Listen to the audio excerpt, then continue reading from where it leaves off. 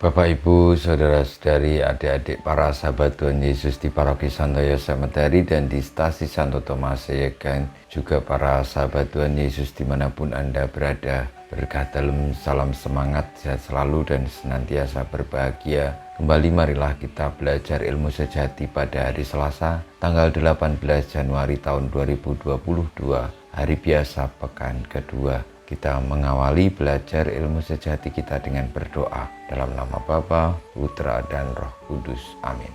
Ya Allah, Engkau mencurahkan roh-Mu kepada siapapun yang Kau pilih dan Kau urapi. Perkenankanlah kami ikut menerima kekuatannya, agar menjadi manusia sesuai dengan cita-cita-Mu. Dengan pengantaran Tuhan kami Yesus Kristus Putra-Mu, yang hidup dan berkuasa bersama Dikau dalam persatuan Roh Kudus, Allah sepanjang segala masa. Amin.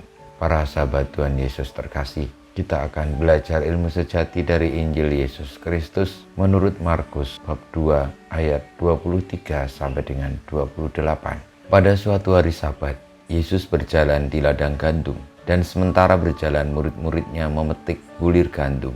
Maka kata orang-orang Farisi kepada Yesus, "Lihat, mengapa mereka berbuat sesuatu yang tidak diperbolehkan pada hari Sabat?" Jawab Yesus kepada mereka, "Belum pernahkah kamu baca apa yang dilakukan Daud ketika ia dan para pengiringnya kekurangan dan kelaparan? Tidakkah ia masuk ke dalam rumah Allah waktu Abiatar menjabat sebagai imam agung, lalu makan roti sajian yang tidak boleh dimakan kecuali oleh imam-imam dan memberikannya juga kepada pengikut-pengikutnya?" Lalu kata Yesus kepada mereka, "Hari Sabat diadakan untuk manusia dan bukan manusia untuk hari Sabat. Jadi anak manusia adalah Tuhan juga atas hari Sabat." Demikianlah sabda Tuhan, terpujilah Kristus. Para sahabat Tuhan Yesus yang terkasih, dalam hidup ini seringkali kita tidak ingat apa sebenarnya yang paling pokok dalam menjalani hidup ini. Panggilan sejati kita, identitas dasar kita. Karena seringkali justru kita terbelenggu oleh aturan-aturan yang tampak, oleh performa-performa yang kelihatan, sehingga itu menjadi ukuran bagi semuanya. Apa yang dilakukan oleh orang-orang Farisi yang tidak mau melanggar hukum Sabat ketika melihat para murid Tuhan Yesus memetik gandum di ladang pada hari Sabat adalah gambaran manusia-manusia yang hanya melihat performa, melihat yang tampak, tapi tidak sungguh-sungguh memahami panggilan yang sejati, identitas asali yang mendasari seluruh dinamika hidup ini. Sementara Tuhan Yesus menerangkan dengan jelas bahwa aturan